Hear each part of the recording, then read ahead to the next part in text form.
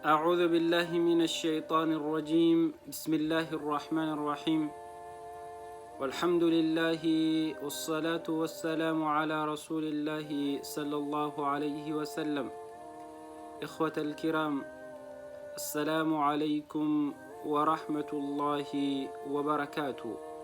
وبلينك يا كالي غغاري يا ربي فدي فيديو غبابا خنا خيستي gorsa lubbuutiyyaa fi lubbuu teessan fayyada je'ee yaade tokko waan daqiiqaa 5 hin dabarree walitti dhaammannaa jechuu. Obboleeyyan kiyyaa, obboleeyyan islaamaa, gorsiin an guyyaa arraa lubbuutiyyaa fi lubbuu teessaniif dhaamuu barbaade waan afaan si dhufe hundaahuu hin dubbatinii ja'a gorsi keenyaa kan guyyaa arraa. Obboleeyyan islaamaa, obboleeytii islaamaa, yaa abbaa kiyya, yaa haadha tiyya, yaa fira kiyya, yaa nama laa ilaaha illallahu muhammadun rasuulullah jettee rabbii keetitti amante hundi keetuu mee ergaa rasuula keenyaa tana dhagahii hojiirra oolche. Rasuulli caalamaa nabiyyiin keenya sallallahu alayhi wasallam نجيا في رحمن ربي إرها جراتو حديث إساء كل خيستي أكن يجودان دبة من كان يؤمن بالله واليوم الآخر فليقل خيرا أو ليصمت جان.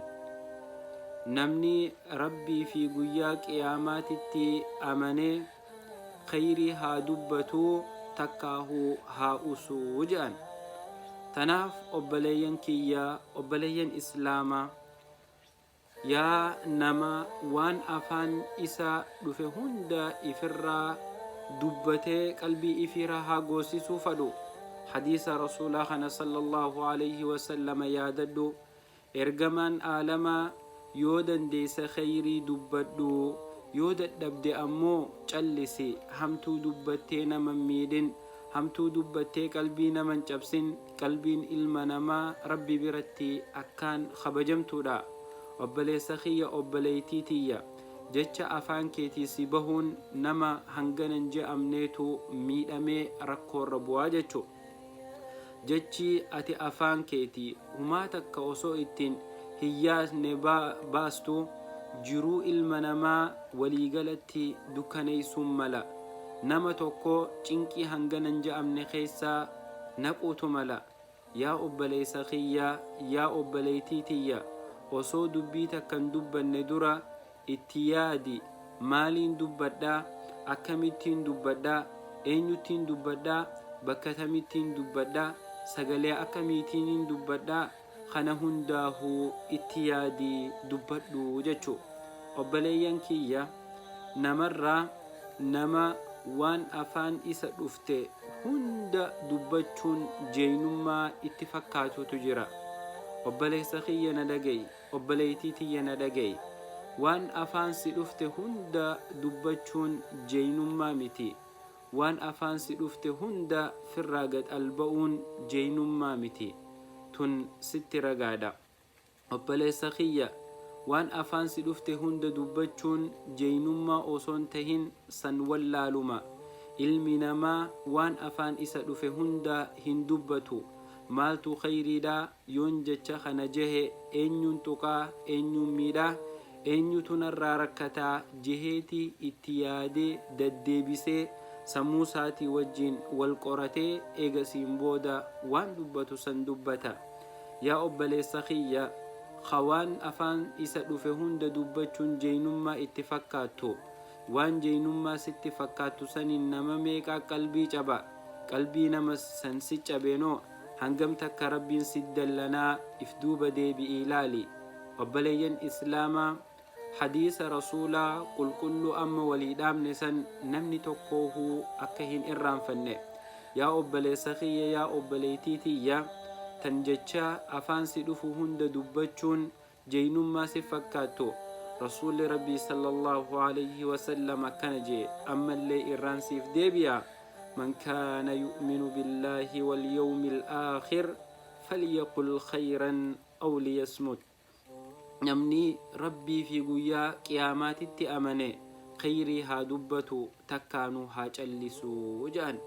kanaaf obboleeyyan kiyya wanni walii dhaamnu waan afaan nu dhufe hunda akka hin dubbanne, waan qalbii teenya keessa yayyaa'aa hunda akka baasnee waan ifirratti oolchine nagee namaa kannuu dandeenyu afaanii baasne akka namaan hin shoorarkeessine, akka namaan hin miine, waan afaan nu dhufe hunda dubbachuun jeenummaa akka nutti hin fakkaanne, waan afaan nama dhufe hunda dubbachuu akka wallaalummaatitti akka laallu yoo dandeenye haqa haa dubbannu, khayrii haa dubbannu.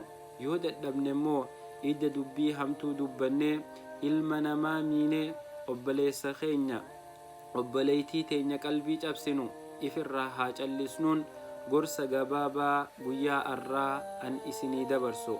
tanaaf obboleeyyan kiyya, obboleeyyan islaamaa, obboleeyyan aakhiraa amarraa eegaluudhaan jechoota afaan nu dhufe hunda dubbachuun dura eenyutti dubbachuu jirraa, yoom dubbannaa, akkamitti dubbannaa, bakka tamitti dubbannaa, yoon dubbadhe dubbiin tun faayidaa ni qabdii, yoon callise hangam takka namni hammeenya kanarraa nagee bahaa mizaana goonee waan dalaynu keessatti iflaalaa haa deemnu.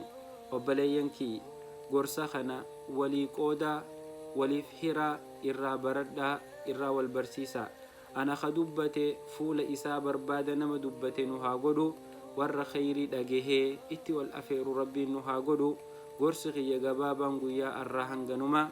هذا وبالله التوفيق وآخر دعوانا عن الحمد لله رب العالمين وصلى اللهم وسلم على نبينا محمد وعلى آله وصحبه أجمعين والسلام عليكم ورحمة الله وبركاته.